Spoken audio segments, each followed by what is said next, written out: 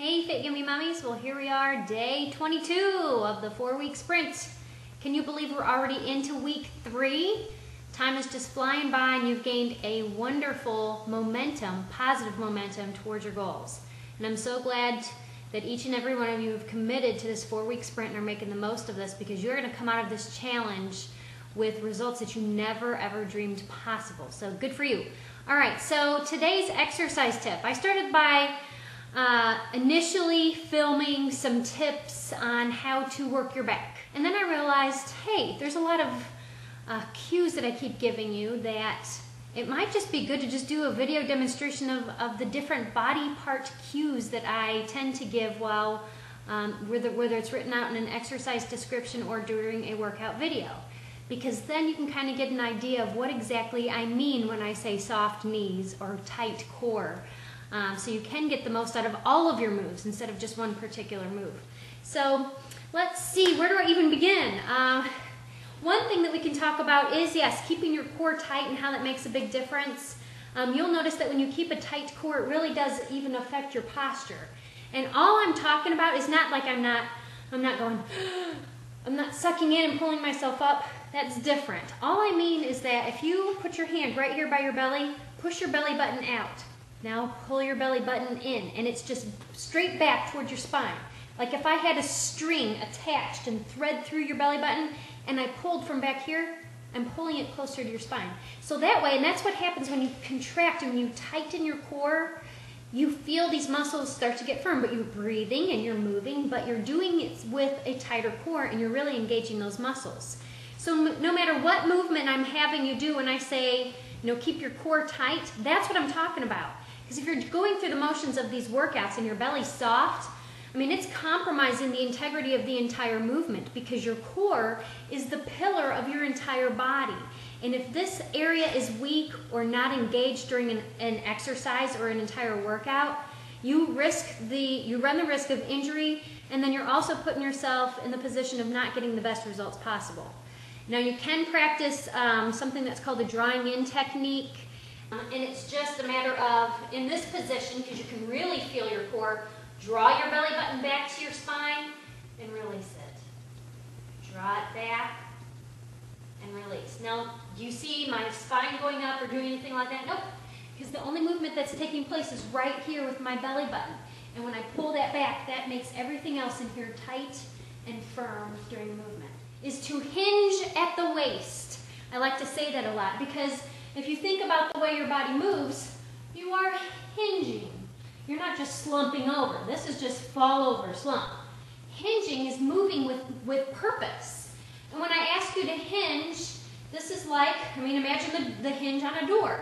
It's two movements, or two different pieces moving together, and it's keeping that straight line. And the reason I ask you to hinge at the waist is because I want you to maintain a straight line with your upper body.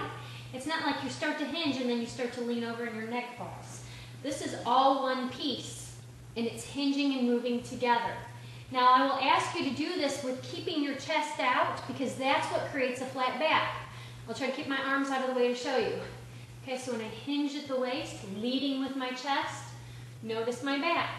Now if I were to just bend over, what happens? Very poor posture, my core is not tight at all, and it just does not feel right. So anytime I ask you to hinge at the waist, you stick your chest out, chin is up. What's moving? Right here at the hips. And notice my butt goes back, because I'm hinging. All right? Core is tight, belly button's back. Now another thing that happens when I do this is I ask you to allow your knees to be soft. I'm sure you kind of saw this. I'm going to just tilt this slightly. Now all that means is that I do not want you to lock your knees. This is what locked knees look like. Locked knees look like this when you're hinging at the waist. Very tight pull on the hamstrings and not very comfortable.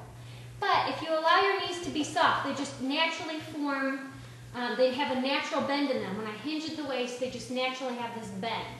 Do you see that? It's slight. It's not like I'm going like this. No. That you have to do purposefully. You're just hinging at the waist, knees are soft. Let me turn a different angle so you can see this. knees are soft. Now I still feel a slight pull. Let me see just again from this angle. I still feel a slight pull in my hamstrings, but it allows for that movement. Notice my back is straight, core is tight, chest is out, chin is up. Now there's a lot of different movements that we do when we get here. I mean, one of the main ones is our row, right? And we have that good form, because if you lock your knees, that affects what's happening here. It can put a lot of strain on your lower back, strain on your hamstrings. You won't be able to hold this movement very long. But if knees are soft, it allows you to focus more on everything that's happening right up in here, right? Okay, good. Soft knees. All right, so what I'll do is just go ahead and demonstrate the Romanian deadlift, because this is one that always gets people too. It can be very complicated to try to explain in just a snapshot of a photo and a paragraph of words. So based on some of the techniques I just showed you, I hope this will help clarify it. Now, I always ask everybody to start with what's called the waiter's bow.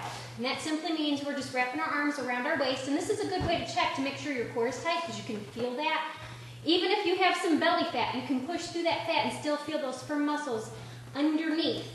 Now the waiter's bow, same thing. You're going to hinge at the waist, leading with the chest.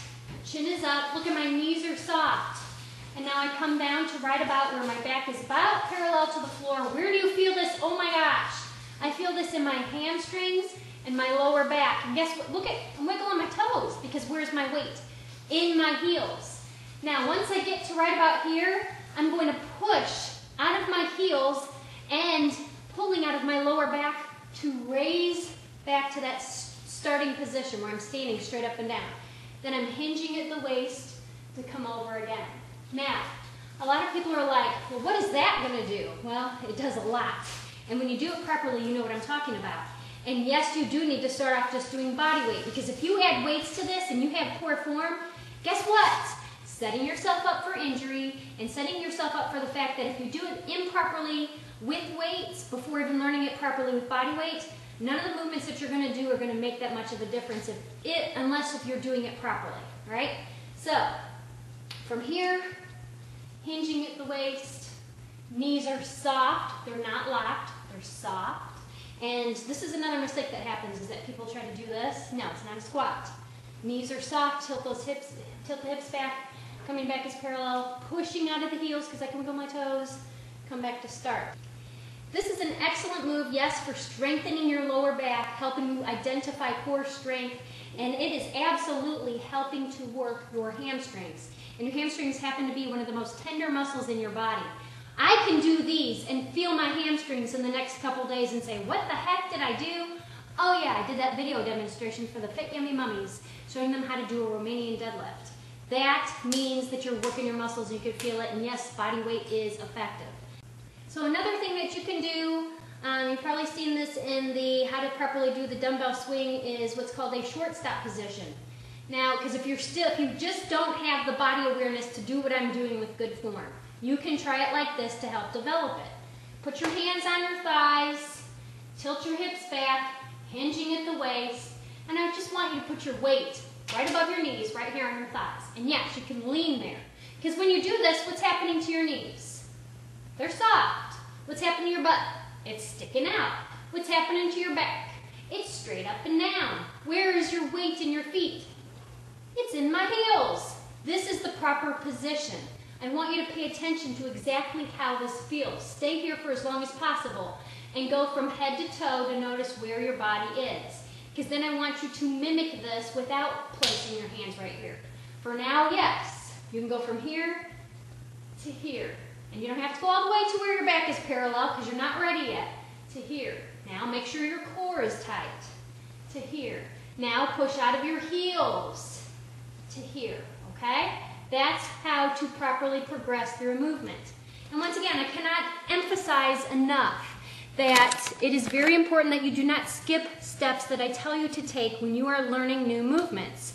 It's better that you do the exercise properly than it is to just say, well, I can do more than that, and try to prove something to yourself, and then we know it only ends up with negative consequences. So there's your exercise tips for today. Day 22. Way to go with a 4-week sprint. Stay tuned for more exercise tips this week.